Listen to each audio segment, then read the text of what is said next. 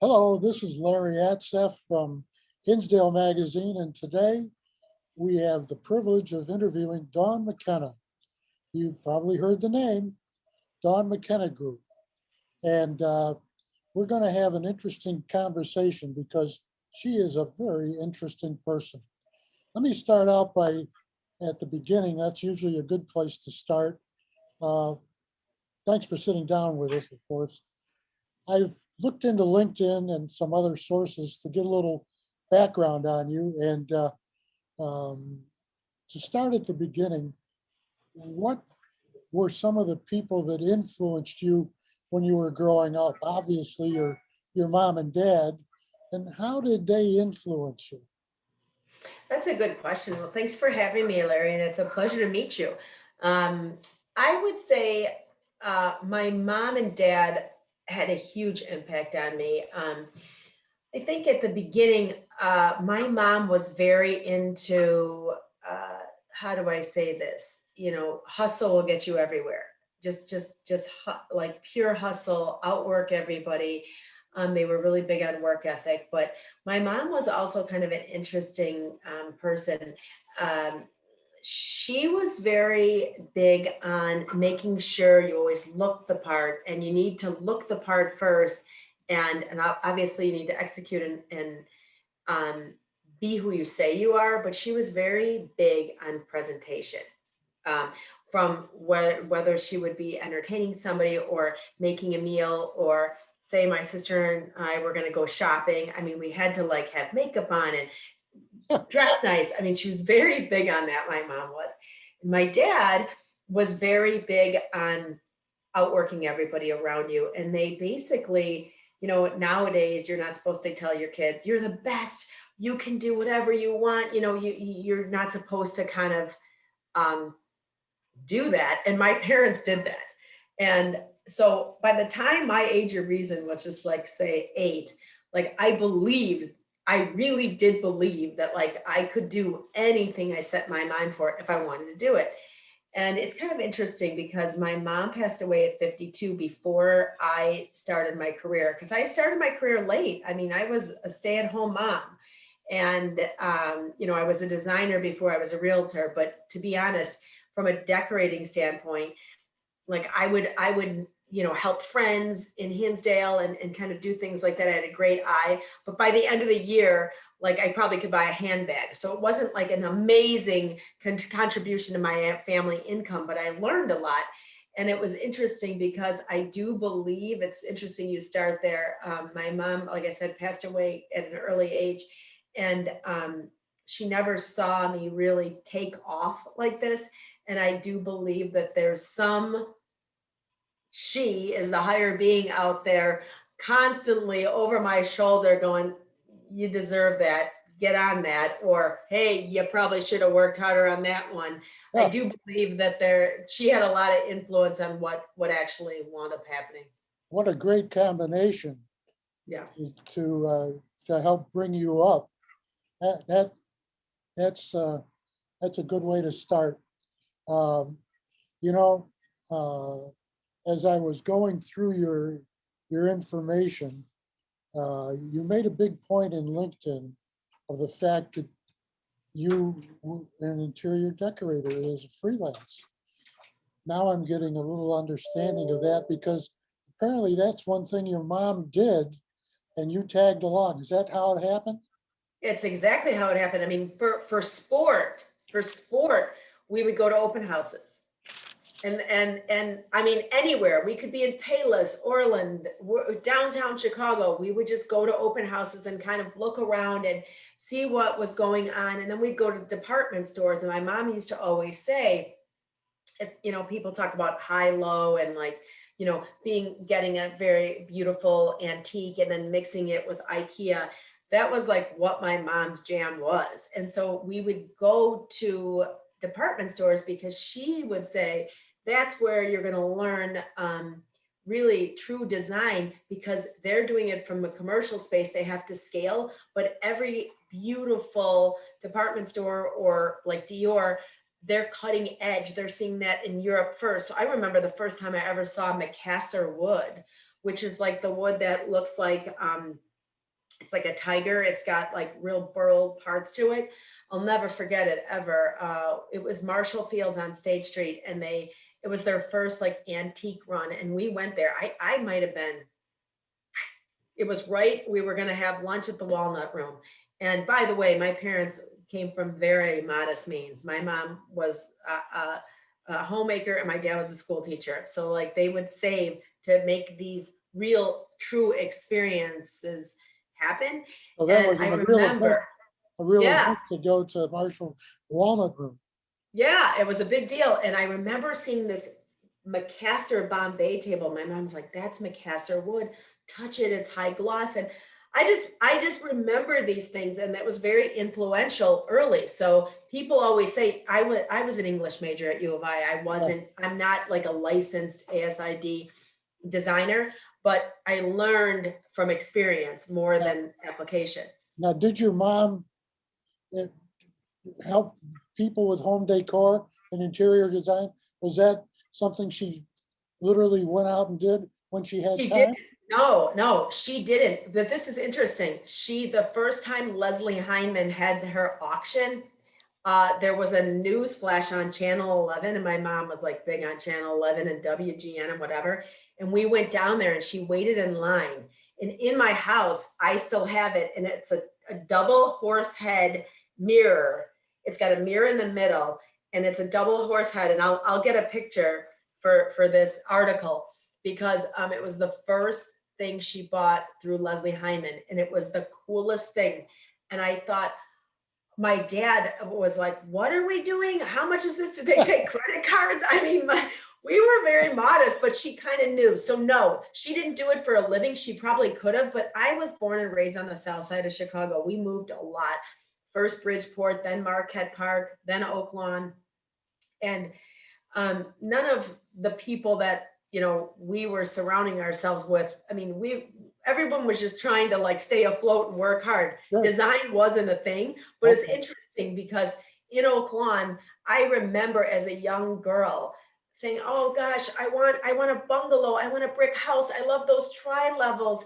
And we had a Cape Cod, and it was the oldest house in Oak Lawn, and it was a Cape Cod, and it was surrounded by evergreens, and I thought it was old, and I didn't like it. I didn't appreciate it. We had French doors and factory windows. No, now factory windows are very hot, where it's like all those big black metal windows. But we had that. We had all hardwood. I'm like, it squeaks. Everybody else has carpet. It was just kind of interesting that like here, now that I sell these unbelievable homes, and I've learned to appreciate it as I've grown, my mom actually had it down. I just looked at it as like, I want what everybody else is having. So she was inherently an interior designer, Yes. and she must have sensed that you liked it also, and she wanted you to flower and grow in this area, because I get a feeling she thought that could be where your mark could be made.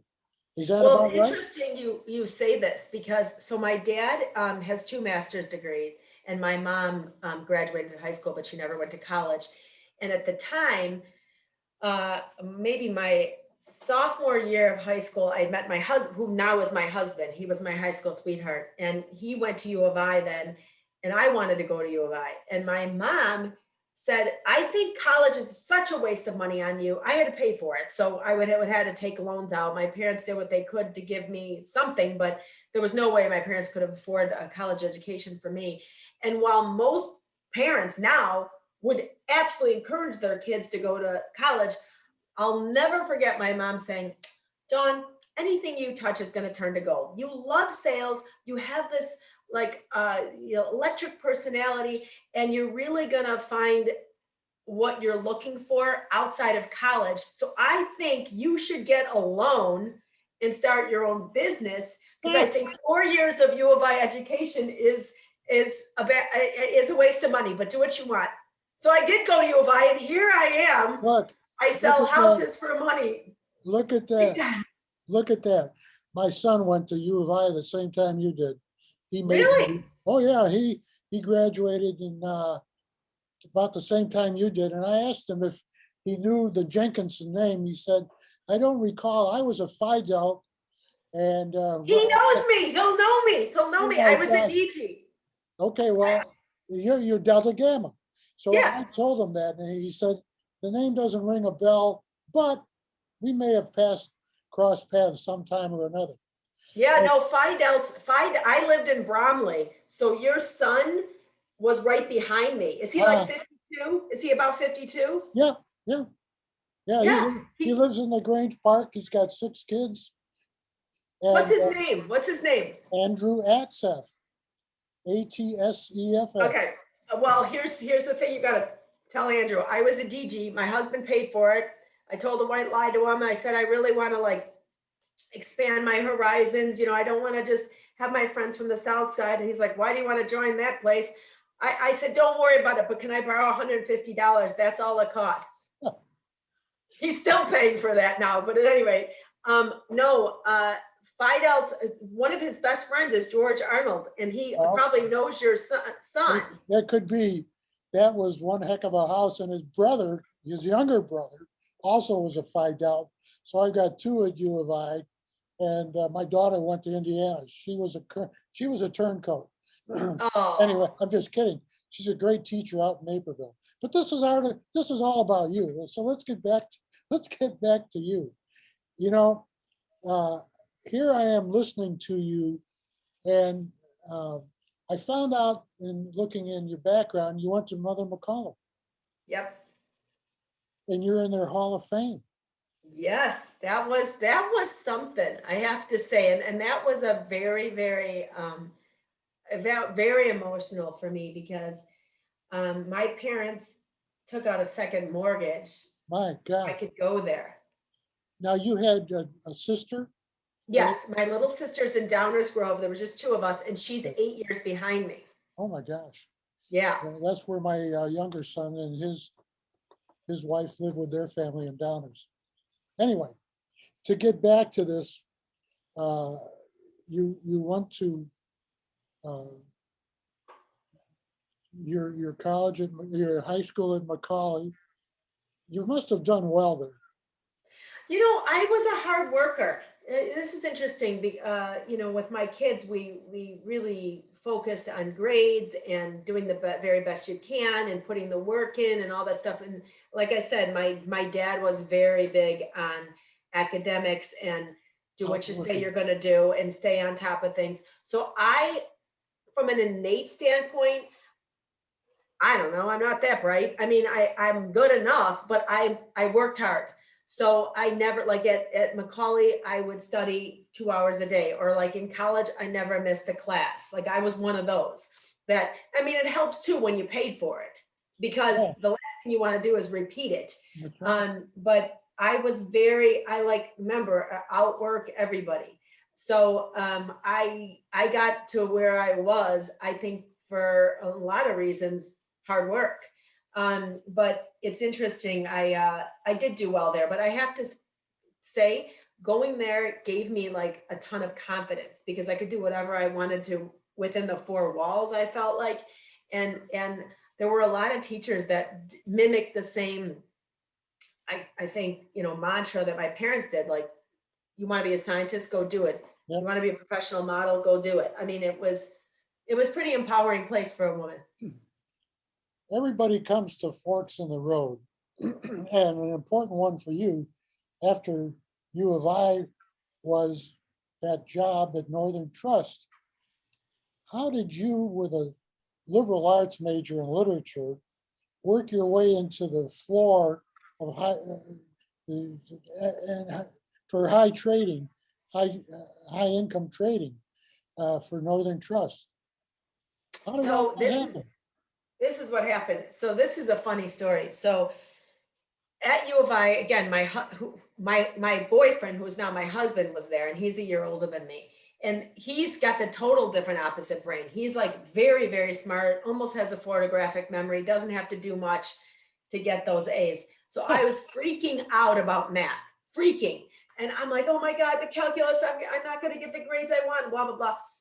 I said, I just don't think I want to take any math. And he's like, oh my God. I said, but I have to pick this major. What am I going to do? So we put all these sheets out onto the table. And he's like, all right, what can you take at U of I that you don't have to take a math? So we figured it out after an hour and he goes, English. If you're an English major, you don't have to take another math. I circled it. That was my major. I would love to tell you there was such strategy behind this. That was the strategy. My assistant's sitting next to me like, what the heck? That's what happened. Okay. That happened. And I felt so good. And I was like, I got this. All I have to do is read and write and I can talk. I got this. And so I got great grades. So then this is a funny story. So my two best friends were my roommates and they were in the business school.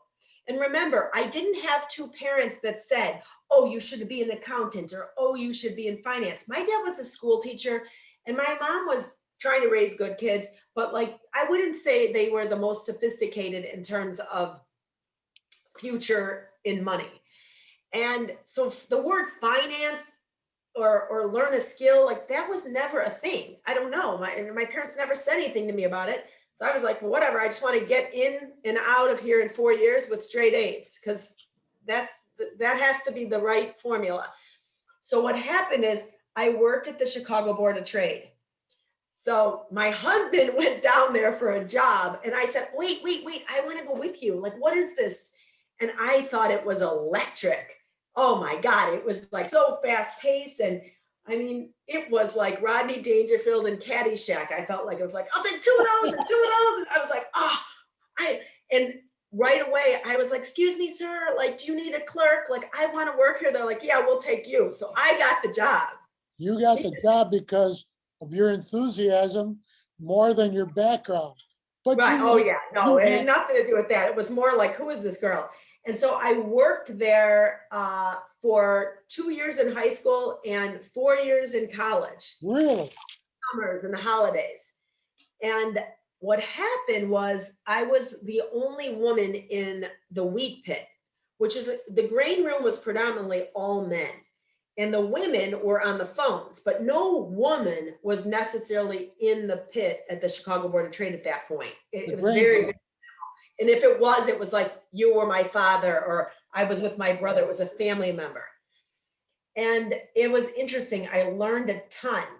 And the funny thing is, the thing that I hated most, math, I had to do all this stuff in my head. I mean, I was counting mental math in my head like crazy. And so I kind of thought I wanted to do that. So fast forward, it's winter of my senior year. And I'm with my two roommates and I worked at Cam's, which your son will know is the bar at U of I. Oh, yeah. I worked there in the day, a happy hour and stuff. And I came home from work and my two roommates were all in these like beautiful suits. And I'm like, where are you guys going? They're like, oh, it's the career fair for the business school. And I'm like, the career fair for the business school, like where you guys can get jobs? Like, we don't have that in the liberal arts because they didn't at the time. right. We didn't. And I was like, wait, I'm going with you. And they're like, no, you're not in the business school. You can't go. I'm like, oh, I'm going. So I ran and I put a suit on that I borrowed from my roommate. And by the way, I'm 5'4". She's like 5'8". I look like a total idiot, but we worked. And I went there and I had like my little folder and I had my resume already. And remember, I had that applicable, let's just say, skill of having worked at the Chicago Board of Trade, but I had straight A's. All right. So again, the tenacity thing. So we go there and they're annoyed. They're like, you're not going to get in. So I went there and I just said, hi, I'm Dawn McKenna. I'm here for the, career fair. They were like, okay. They didn't even ask me about liberal arts. They just assumed. And I went to every single booth. I mean, Ernst & Young at the time, I was like Coopers and Lybrand, I mean, Price Waterhouse, you name it. And I just like, boom, boom, boom. And I got to Northern Trust. And I didn't even know what Northern Trust was. I didn't even know anybody that had a trust account, to be honest with you. And I met this woman there. I'll never forget her. Her name was Jane Lee. She was my first boss. And I said, listen, I want to get in the training program. I want to learn everything. I'm in it to win it. I'm loyal. I have no interest in bouncing careers, whatever. And she said, all right, well, we're taking interviews tomorrow. I'll put you in slot 12. I'm like, okay. So I came back there and I had my interview, and then I made it to the next thing and they hired me. So I had a job. This is the crazy thing. At that career fair, Procter and Gamble and then Northern Trust offered me jobs, and then someone from the Board of Trade hooked me up at Morgan Stanley in their investment banking. This is, you don't even know about this. What my boss in the wheat pit, his friend was head of investment banking for Morgan Stanley, New York. And he said, would you be interested in that? You go, you learn for 2 years, and then you get your MBA. And he said, but I'm going to warn you, Dawn, your personality is going to have to cover because these are all Ivy Leaguers. I didn't even know what Ivy League was. That's the crazy thing. But at any rate, so I flew out to New York and I got that too. So then I said to my husband, who at the time was my boyfriend, I'm like, buddy, I got 2 jobs in Chicago and 1 in New York. What are we doing? And the rest is history. Got married, took my job at Northern Trust. It's tenacity accounts for a lot. Somebody once said, maybe it was Woody Allen. Somebody said, just showing up is 80%. Well, it's a lot more than 80%. You got to show up and do something. And obviously, that's exactly what you did, which kind of led to my next question, and you kind of answered it. One of the things that I like to ask people is this whole business of what draws people to you? What is magnetic about you? Why do people gravitate and trust you? I think it's authenticity. I talk people out of more than I probably talk them into. I have never looked at a sale ever about like, oh, I want to sell them that because I get the commission. And they know that. And I'm very involved in people's lives. This is a very rewarding business that I'm in. And it's funny, I was out to dinner with 2 generations of clients last night with my husband. And she said something that really made me feel great. Yes, it's a lucrative business. Yes, I'm good at it. Yes, I've built this big team up and I'm very blessed. There's no doubt about it. But I'm very involved in these people's lives. They ask me, I've read college applications. I've sat with people when they're concerned. Do you think, my child's autistic? You name it. You're so involved in these lives. And this is the single most important financial stock, if you will, somebody has. But even more importantly, it's their home. It's their personal space. So I think that it is really cool when I could match 2 people. That memory game that you used to sit down with your kids or your grandkids and you're like, okay, that's the chair and this is the chair. Okay, that's a match. That's kind of what we do. And it's very much like, I always joke, like if I didn't do this, I'd have my own like online dating thing or something. Because well, you're online dating them and their home. Exactly. The most important financial decision they make. So you create ideal dates. Right. We started this whole, it's the experience. You asked me like what sets us apart. I treat real estate how I treat you coming into my home, Larry. And when you come into my home, I want you to feel so welcomed. I want you to take your shoes off. I want you to have good food, a good drink. I'd like the ambiance to be beautiful. I'd like it to smell great. I'd like a beautiful song that reminds you of a good time in your life. And I'd like you to plop on my couch and just have like really good, authentic conversations. I don't have all the answers. I'm not the smartest gal in the ring, but I'm authentic. I'll tell you if I had a good day or a bad day. I'll tell you, I'm a mom. I have 4 children, 3 boys, 1 girl. Those boys are crazy. They're good, but they're crazy. I've dated the same man. We just celebrated 30 years of marriage. I'm most proud of that. To me, I think when you want to be around someone, for me, the whole success definition, yeah, money's great, but not at the expense of losing your marriage or having a troubled kid. I mean, a lot of that you can't avoid. There's a lot of luck that comes in life. Yeah. But for me, the secret to success was my family is intact. If you always joke, like, you know, as a mom, you're only as happy as your least happy kid. It's true. It's Yeah. true. And I've had a lot of success because of the time and commitment that I've put, and my husband and my kids, into our family. So I think people like that because they respect it. You're honest. Yeah. And it shows through. There's nothing phony about Dawn McKenna. Never has been, never will be. And I have to believe that the staff that you've added since it's become Dawn McKenna has a lot of the same traits. I notice you've got a lot of assistants. And you have to They're have a not lot all of, assistants. They're not all assistants, but I'll explain that. please, because you got a lot of people around you. Yeah. And that's on purpose, I gotta believe. So why don't you tell me what's behind that thinking? Because I suspect it's pretty smart. Okay. Well, I kind of scaled this like I looked at my marriage. And anybody that knows my husband knows he is the brains and the brawn behind me. He has done nothing but push me to the front of the line since I was 15 years old.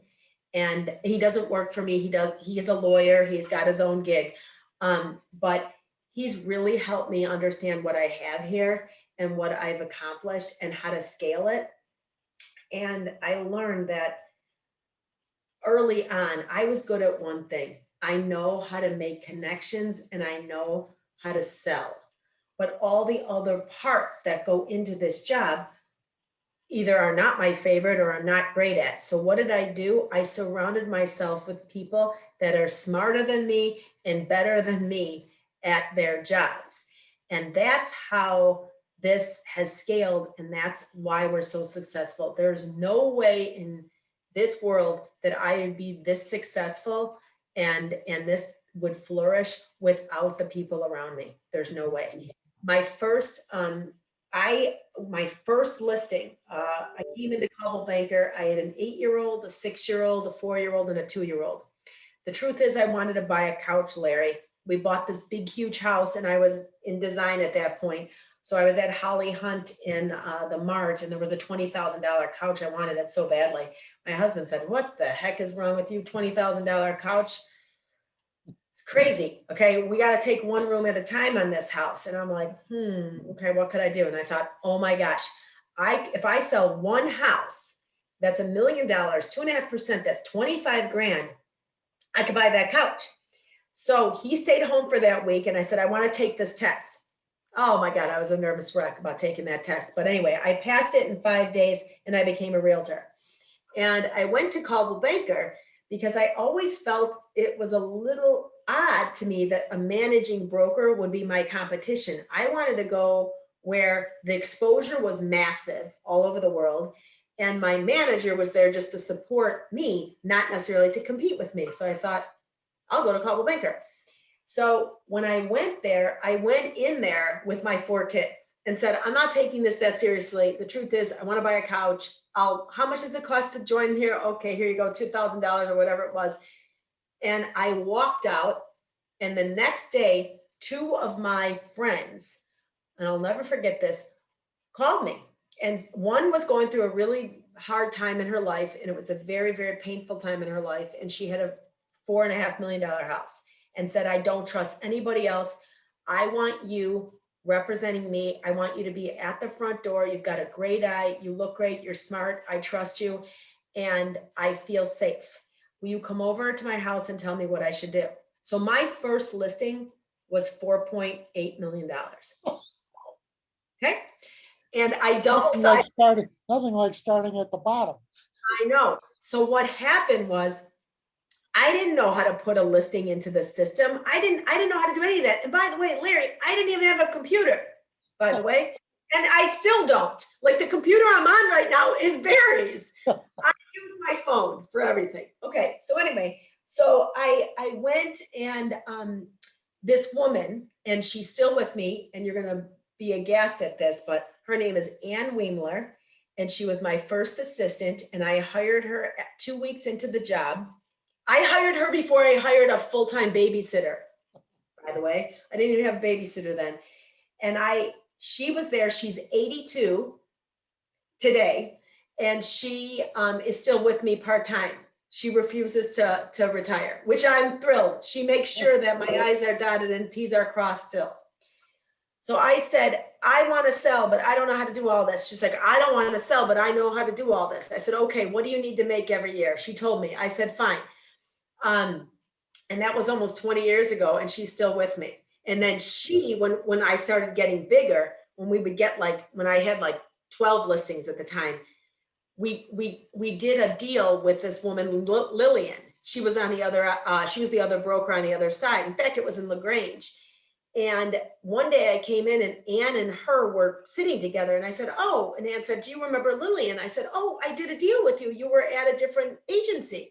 And she's like, well, I came to Coldwell Banker now, and I just want you to know, Ann and I have worked together all day long, and I just want to work for you for free. This is what she said.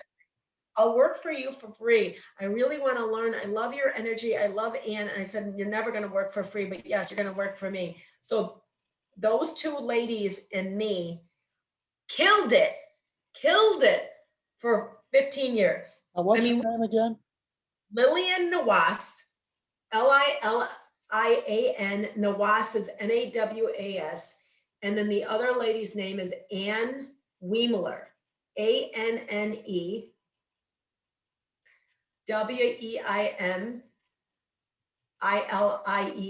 I'll send it to you. I can have please. Send those both names so I don't miss them. I will. In their pictures, and they're the ones in my big picture. They're right. Like I have my arms on them. That's where it started. And you know what's crazy? The photographer didn't even know that. When we had that big picture taken, he's like, okay, Dawn, you get in the front and you two ladies, one on each side. He didn't even know. This is crazy. But anyway, we were doing 150 to 175 million a year, just the three of us. It's crazy. And now obviously I've expanded, Larry. We're in the Gold Coast, we're in Lincoln Park, we're in Winnetka, we're in Lake Forest, we're in Naples, we're here. But all the people around me are somehow connected to me from some past. Right. And they augment you, they complement you in the sense that you've got your strengths and they've got theirs, so that you can work together well. It's like a family. I have to tell you, I'm really, really big on family. It's the most important thing. If someone says to me, hey, I'm out, I can't talk right now, I'm out to lunch with my dad or whatever, absolutely, family first. This is a job. This is not your life. And I foster that. I mean, I hope to be at all my younger team members' weddings someday. And I'm very blessed to have these folks that really care. That's the thing. This is something that they are committed to, and they really care. I don't think there's a lot of people in this world in business that's the core, caring first. Well, it's very believable because you're telling me the truth. It's honest and it's actual. This is how people get along. This is why this is your secret. You care, people pick that up and they trust you. And you've got people surrounding you that do the same thing. So there's never a false step with the Dawn McKenna group. And that's why you guys are doing as well as you're doing. And it all kind of makes the best sense. It's a great way to run a company. I'm excited because, it's kind of interesting. We had strategy behind it. Of course, I had a house in Naples and I saw the writing on the wall, before everybody else did, in terms of people leaving Illinois. That's accelerated what they were doing. We were doing trades. like crazy, where they wanted to go to Naples. And I said, okay, wait, I have someone from the city that wants your house in the suburbs. And then my people in the suburbs wanted to try the city. I mean, it is a wild time for the last 3.5 years of what we've done. But part of it is each team member, and when you look at each team member of mine, they bring something to the table that I don't have, whether they're an equestrian or where they were the captain at Yale's football or whatever they had. It's another avenue that I didn't have. And I think that helps in terms of scalability. Sure. So you've read the market correctly for Naples and the out migration of what's going on in Illinois and why that's become a hot spot. And you've read the market correctly with people moving out from the city because of what's going on.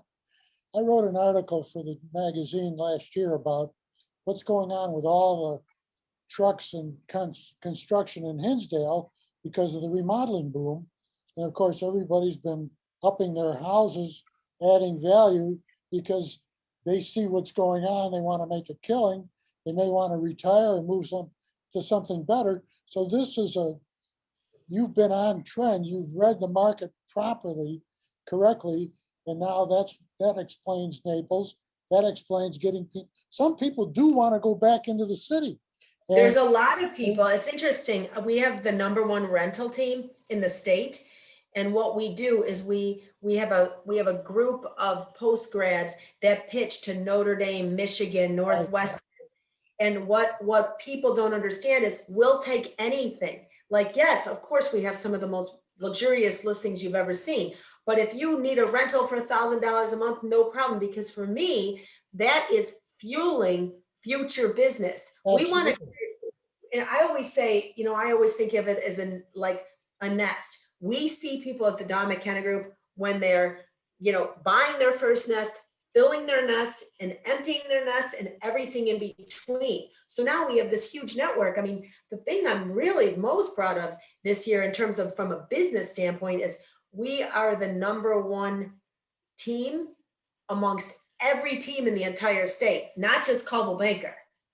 That is a huge, big deal. I think we did, what did we do last year? 388 million. And we did 268 million in the last 90 days. So we're on track to do like 800 million, which would be like double the record for anybody ever in the history of real estate in this state. Well, just don't sit around anymore. Get out there and go. I'm trying. Do you see any other trends? Well, maybe you don't want to give up your secrets, but you're using a heck of a lot of good common sense here. That's probably been another strength, is that common sense goes a long way. And you've been successful at what you do well to a T. Is there anything else that you'd like to tell us? Because we've been going for a few minutes. We're going to be in trouble. Scott's going to get mad at us. No. I think I've got, with the recording and my notes, I think I've got a good sense of what makes you tick. And in turn, that's what drives the Dawn McKenna Group.